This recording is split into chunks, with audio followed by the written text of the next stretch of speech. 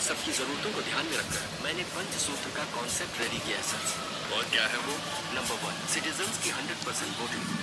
Impossible. Possible है sir. हम लोग हमेशा ये सोचते हैं कि जिसके लिए हमें सजा नहीं मिलती वो गलती है ही नहीं, पनिशमेंट ना मिलने की वजह से लोग ऐसे हैं। फॉर एग्जाम्पल, नो पार्किंग में पार्क किया तो 50 रुपए फाइन, सिग्नल जंप करने पर 500 रुपए का चालान। पनिशमेंट के डर से रूल फॉलो हो रहे हैं। कुछ दिन पहले आधार कार्ड जरूरी होगा किसी को नहीं पता था, और गैस कनेक्शन के लिए आधार कार्ड कंपलसरी करने पर आधार कार्ड के लिए लोग क्यों में लगे ना सर। ऐसे ही वोट ना डालने वाले का अगर राशन कार्ड कैंसिल कर दिया जाए तो मैं दावे के साथ कह सकता हूं कि हर कोई वोट डालेगा। सरकार को चुनकर लाने वाले लोग बढ़ेंगे तो सवाल करने वाले लोग भी बढ़ेंगे। जब उंगलियां उठेंगी तो डेवलपमेंट अपने आप होगा सर।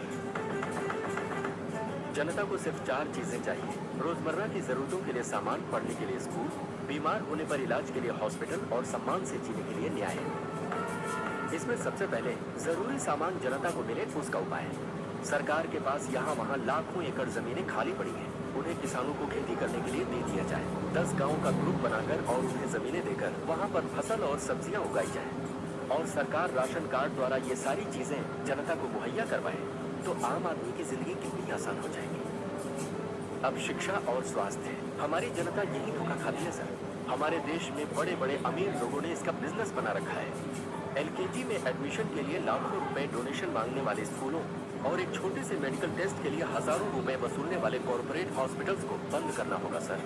सरकार को कम खर्च में ये सारी सुविधाएं जनता को देनी होगी सर। जो लाभ सरकार को मिलना चाहिए अगर वो प्राइवेट संस्थानों को जाता है तो ये देश का दुर्भाग्य है। सरकार को फैसला लेना चाहिए कि इन कामों का अधिकार वो प्राइवेट संस्थानों को दे ही मत। अगर कहीं कुछ गलत हो रहा है तो जनता को पूछने का हक होना चाहिए, और उसके लिए जैसे संसद और विधानसभा में लाइव दिखाया जाता है वैसे ही हर पुलिस स्टेशन और सरकारी ऑफिस में CCTV कैमरे लगाने चाहिए। उन फुटेज को देखने के बाद सच्चाई का पता लगाने में आसानी होगी। ऐसी व्यवस्था से ना तो जनता का समय बर्बाद होगा और ना आपको परेशानी। यही है सर मेरे पंचसूत्र। इन्हें अमल में लाने के लिए हजारों करोड़ का बजट या बड़े बैंक से लोन लेने की जरूरत नहीं है। हमें अगर जरूरत है तो बस एक अच्छे सोच की। हमारे देश में हर कोई जिम्मेदारी से रहेगा और आनंद से जिएगा तो सारी दुनिया में मेरा भारत महान कहलाएगा सर। जनता की भलाई करने के लिए नेताओं से सवाल करना, उनका सामना करना गलत है। गलती तो इन लोगों ने किया है। मैंने तो अपने देश से प्रेम किया है। मैंने सारे देशद्रोहियों को अपने हाथों से मार दिया। इसके सिवा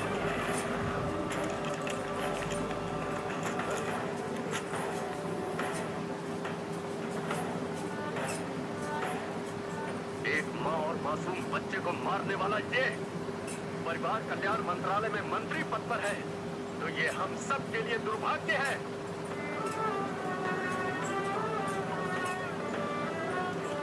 अगर एक पुलिस ऑफिसर सही ढंग से काम नहीं करेगा तो एक कलेक्टर भी नहीं करेगा। अगर एक लॉयर में सच्चाई नहीं रहेगी तो एक गवर्नमेंट ऑफिसर भी सच्चा नहीं होगा। और इस देश में फैले सारे करप्शन की सिर्फ एक ही वजह है, ऐसे गद्दार राजनेताओं का करप्ट होना।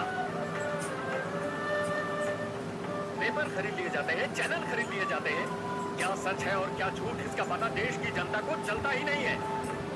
भारत माता अपनी भलाई के लिए 5 साल में एक बार सबको मौका देती है। वो क्या है पता है? इलेक्शंस। लेकिन वो मौका भी व्यापार बन गया है, लाखों करोड़ों रुपए का व्यापार। और इसकी वजह कोई और नहीं, हम हैं, हम सभी हैं। हम अपनी जिंदगी में खुशी से रहने के लिए बहुत सारे दिन सेलिब्रेट करते हैं। Birthday, marriage day, mother's day, father's day, lovers day, friendship day, AIDS day, यहाँ तक कि लोग अपने डॉगीज का भी बर्थडे मनाते हैं। लेकिन क्या इस देश की सेवा के लिए किसी के पास कोई एक दिन है क्या? नहीं है। क्यों? क्यों नहीं है?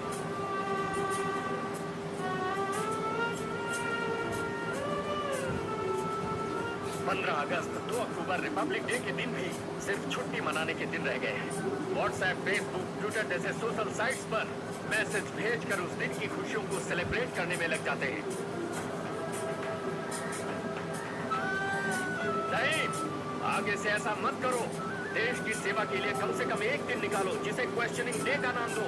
और जिस दिन ऐसा हो जाएगा जब हम मीडिया से, नेताओं से, सिस्टम से सवाल पूछेंगे तो ये देश मजबूत होगा, हम सब मजबूत होंगे। अरे कब तक बेचते रहोगे? धर्म के लिए, पद के लिए, पॉलिसी के लिए, साड़ी के लिए, नोट के लिए, बियर और बिरयानी के लिए अपने कीमती वोट को, ये धंधा बंद करो।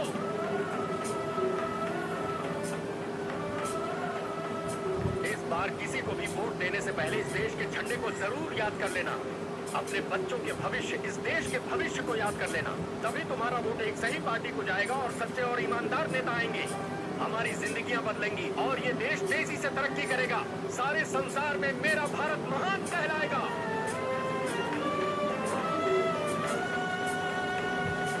एक बात और सुन लो, वोट तुम्हारा हक है। अगर इस वोट को जिम्मेदारी से नहीं डाला तो भारत देश में ही नहीं, इस धरती पर जीने का कोई हक नहीं। जय हिंद।